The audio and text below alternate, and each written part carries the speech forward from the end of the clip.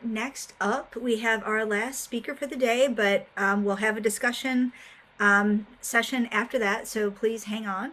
And so this is Tricia Bethke, who's going to talk with us about urban farms from the Morton Arboretum. So you can take it away, Tricia.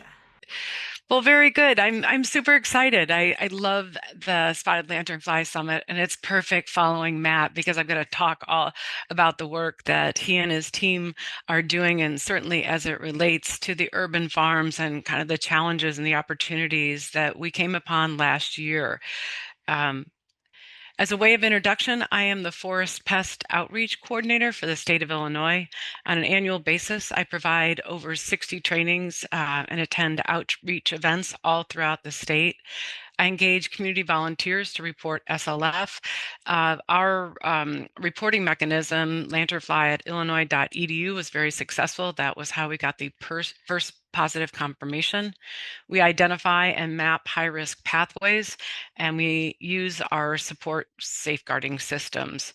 And I distribute thousands of forest pest resources. And I got this beautiful headband when I was in Pennsylvania many years ago. So I decided it was a perfect picture to put up because I was grateful for the resource sharing.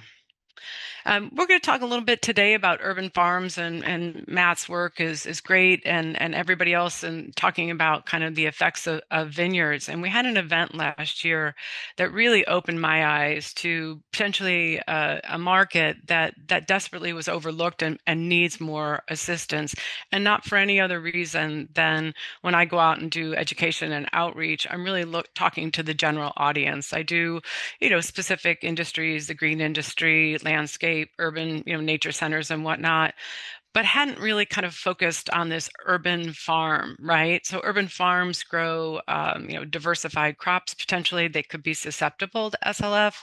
I did a literature review and kind of came up with just a short list of vegetables, plants that may or may not have any nymphal feedings, but there hasn't been really any specific uh, research that says they either do or they don't. And the site that we were at, this urban canopy farm, they did see some nymphs on some of the plant materials. So again, that just raised another question of how much do we really know when there is such high level density, population densities, what will they move on to and feed during their life cycle? The urban farms, certainly in Cook County, are fragmented landscapes. So there's sinks, if you will. So if you think about Tree of Heaven and it being, highly concentrated, that is a sink for spotted lanternfly. The establishment hubs, correct. And then there are also sources of dispersal, given the nature of this urban farm system and how they work. And the other thing that we talked about when we met up with a couple owners from urban farms is that there's really limited resources for pest management. I think that the challenge is in urban farms that they don't want to be spraying. They are less likely to be putting down applications throughout the growing season without knowing specifically what the effects are. They have their own pest management program, but we were looking for intersections with spotted lanternfly, and I think that's a really great research opportunity that can be looked into. Urban adaptation, spotted lanternfly has been, known to be larger in size. It has an increased heat tolerance. So you think about these urban farms as heat islands. This could work to the advantage of spotted lanternfly. It could have longer life cycles, more generations potentially. Pollution resistance, and then high host availability, and they create those unique breeding sites. Last year, we had a new detection at an urban farm. We got a phone call or an email that one of the managers was looking for some information. And so we went out and took a look at this, and I took a screenshot. And over on the top right-hand corner, you start to see that little red iconic balloon. Well, that is where the farm, the urban canopy farm, is located. And if you look, this big red ring, and you're going to see this, all that vegetation, those are real on the far left-hand side. And then, kind of that crescent, that bowl that dips in, that vegetation, that's Tree of Heaven. That urban farm was ringed in Tree of Heaven. And it was alarming to know that they had an established population. There wasn't just an early year. I would say it's probably second or third year. I think Scott Schummer can talk a little bit about that when he gets a state update coming up in the next couple of days. But it was a concern. It was a concern for them. And I think the great part about the folks in Illinois is that we all work together. We collaborate with one another. We had a team visit to the site. I think that the managers and the owners of that property were a little concerned that the Department of Agriculture and the city forester from the Bureau of Forestry wanted to come, and then, myself included, to find out what was going on. So it was a little bit alarming, but really, I think they were pleasantly surprised at the level of collaboration and the amount of partnerships that we have in order to address their needs for the spotted lanternfly invasion. It was Tree of Heaven heavy. There's a rail line, and what you can't see from this picture is that the Tree of Heaven was just everywhere, and it was big. So you start to remove it. That's highly problematic. But there's a big, huge railroad track right behind it. So that tree offers screening, right, and a little bit of protection, but it's also highly degraded. There's barbed wire back there. There's any number of hazards that are back there that make removal very challenging. And when you think about their off season oftentimes is propagation. It's a downtime. It's a time, for them to get organized for the next growing season or be doing their winter indoor growing. And we suggested that they remove the Tree of Heaven. And if I had the picture, and I apologize, I lost some of my photographs. If you think about like a big U shape, that's the way it was. I mean, there were Tree of Heaven on the left side, on the back side, and on the right hand side. And so the idea of removing Tree of Heaven became undaunting. But John Lowe, and if he's on here, a big shout out to John. John Lowe is our city forester for the city of Chicago, and he offered to pick up the logs, pick up the debris. And boy, that is a win-win. So this winter, they went out and just did some really heavy clearing instead of going after the egg masses, which, to be honest with you, would be, just a tedious effort. They went in and did some clearing. And I think that that's really going to help. We had hoped to get back to the site to take some pictures to see what it looks like now, but the weather has had other ideas about us getting out and doing some site work. So it was good. I feel that they appreciated the response. They appreciated a coordinated effort. Our University of Illinois Extension group got together to provide other outreach events for urban farms. So it's turning into be a very good, positive outreach. But there's also kind of that other side to this, and we'll get on to it.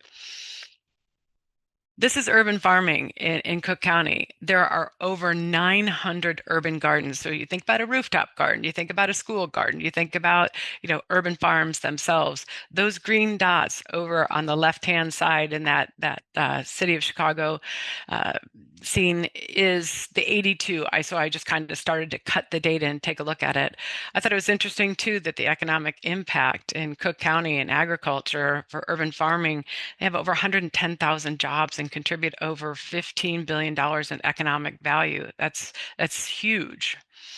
The pathways in urban farms and farmers markets, it's their proximity to transportation networks. Oftentimes the city will sell lots, for a dollar or a little bit more, just so that they won't have these vacant lots. But oftentimes when they're selling these lots to these groups that are getting started, that site is not pristine. It's often vacant. There's often highly degraded. There's Tree of Heaven. There's roundleaf bittersweet. There's multiflora rose. There's every type of invasive species that you can possibly imagine, and the soil's not that great.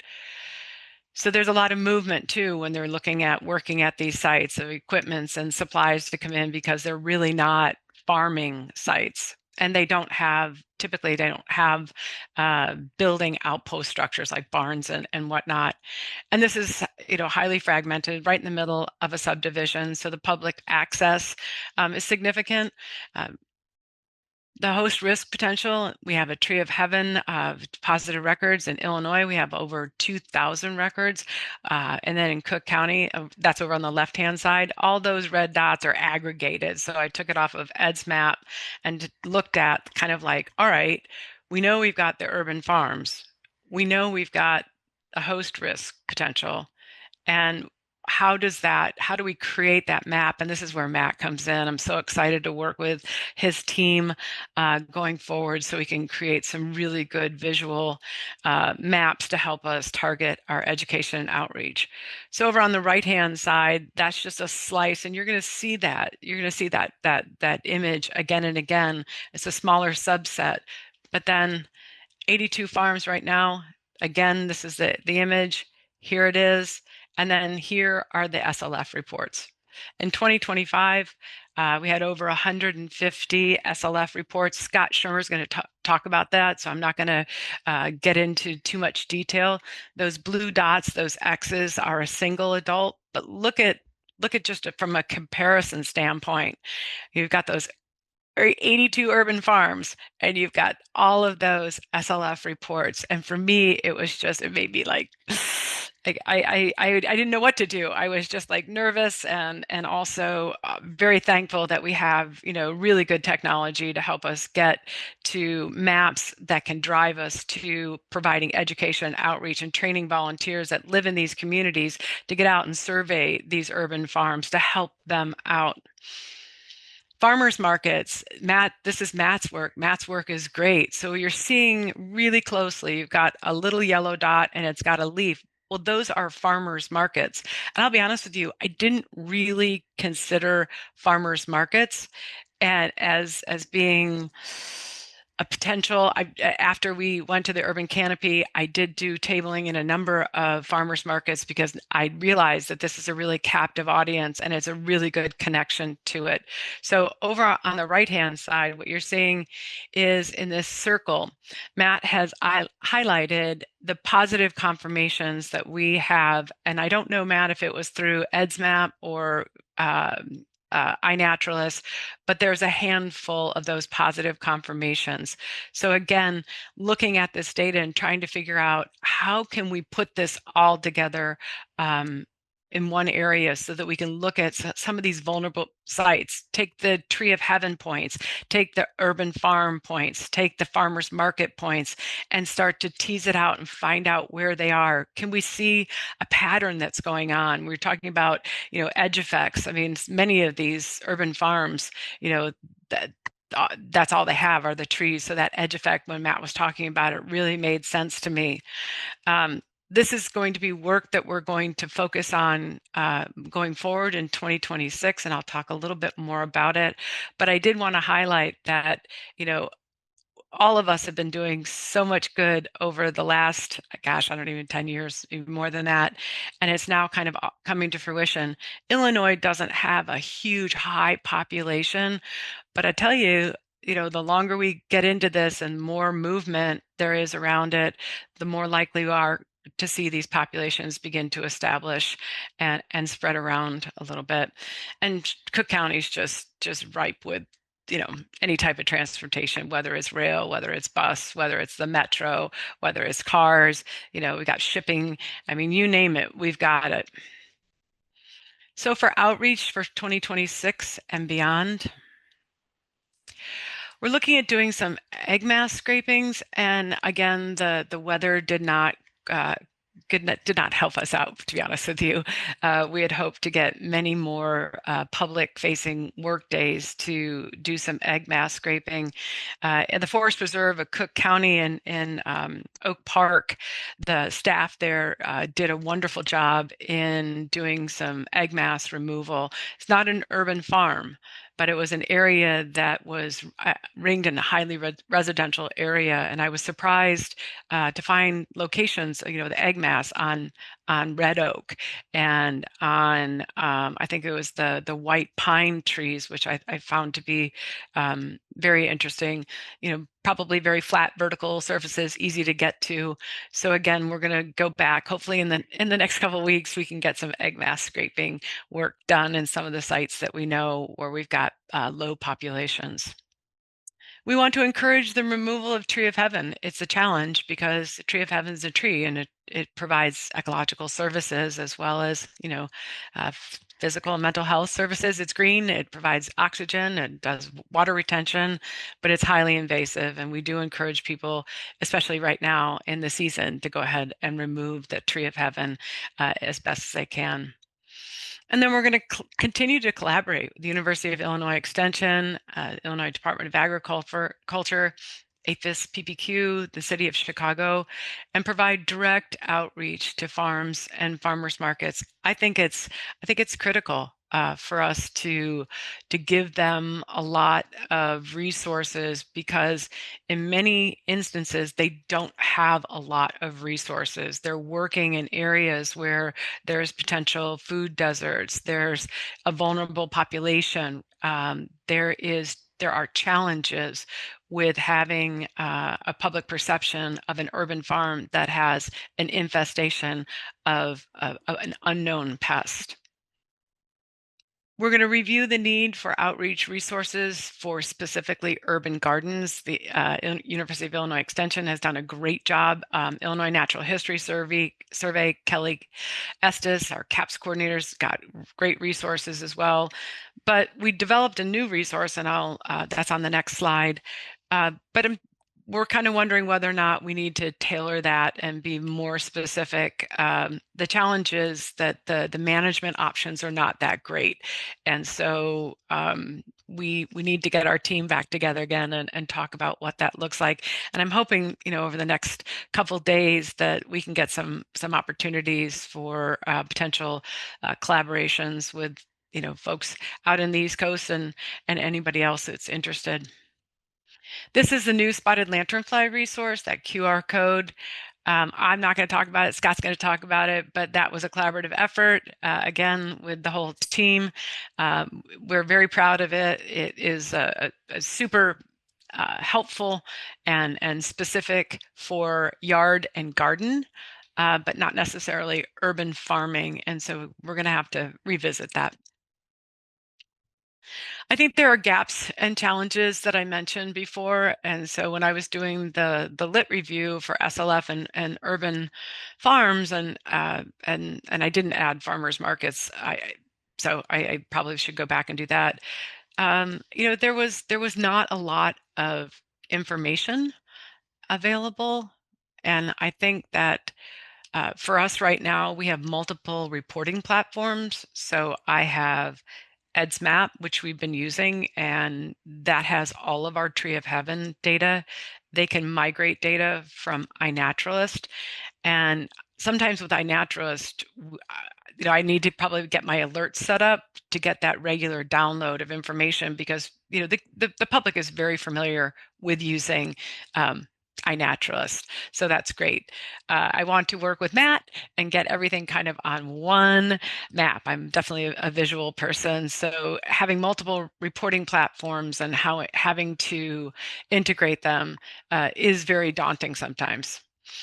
I've experienced sort of limited access to some of our specialty crop organizations and associations.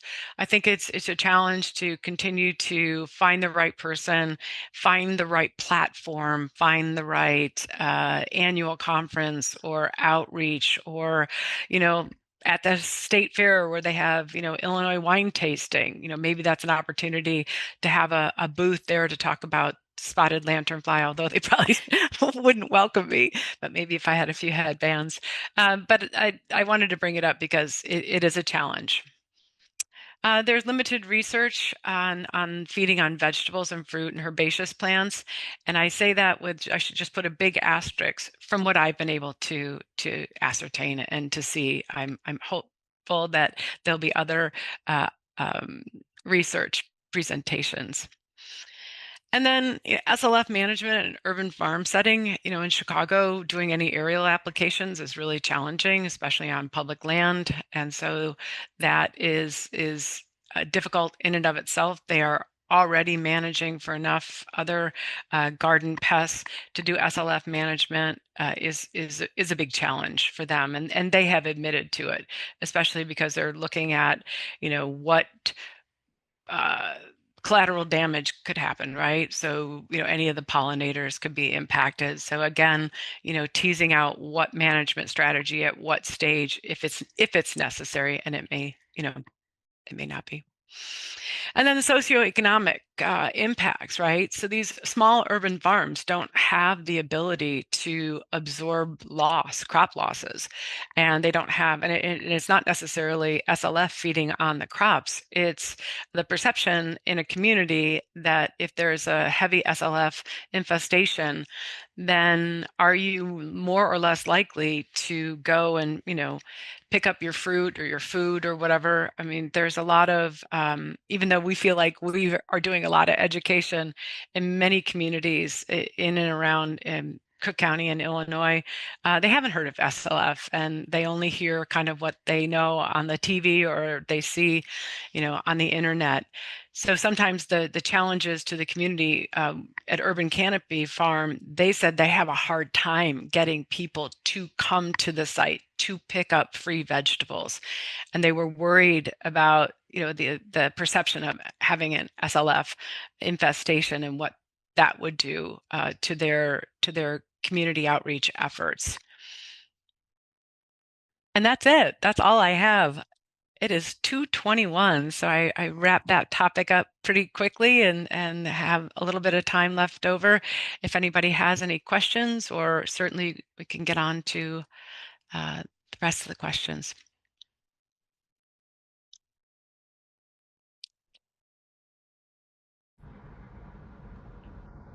That is really exciting stuff. Thank you so much, Tricia. There's a question in the Q&A about the QR code. Okay. And it said, so if you want to check that out. I had a question. I had a question for you. Sure. Um, and so I don't know, because you're doing some really great stuff. Thinking about New York City. Like I had talked with some folks at the Brooklyn Botanical Gardens, which is different, right? It's not really urban gardens per se, particularly for vegetable crop production. But I wondered if there were any lessons learned, particularly from New York City or Philadelphia, other major cities that I would presume would have, urban gardening as well, but maybe not, but that could be relevant to your situation, but then also how what you're doing could be relevant to a place like Atlanta, where what you described with the tree of heaven, right next to the rail line, that kind of thing, that just fits Atlanta, at least where I've collected lanternfly, like to the T. And so I wondered if you have thought about or have connected with folks in any other cities. I have not. I have not.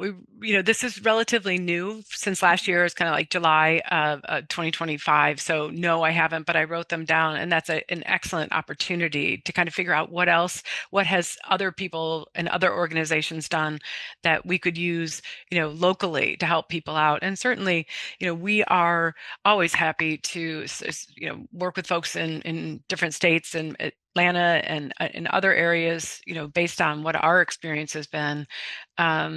I think that the greatest challenge in this urban farm network is the sites are just ripe for an infestation. I mean, if they hadn't been looking at it and somebody hadn't noticed it, I doubt, I mean, it's probably 3 years old. I mean, they're fairly well established. The trees are well established, and it becomes a sink for them. It's just this fragmented, isolated area that is the ultimate feeding buffet, right? And so the fecundity increases. The populations will continue to grow exponentially. And that's what I worry about, that their areas are isolated, and how can we have a cohesive education outreach and a management. They want to know how to manage it right off the bat. What can they do? And that egg mass scraping was kind of an opportunity for us to build some community partnerships at a local level, and hopefully that will come about, and I'll be able to report back. That's great. Thank you so much.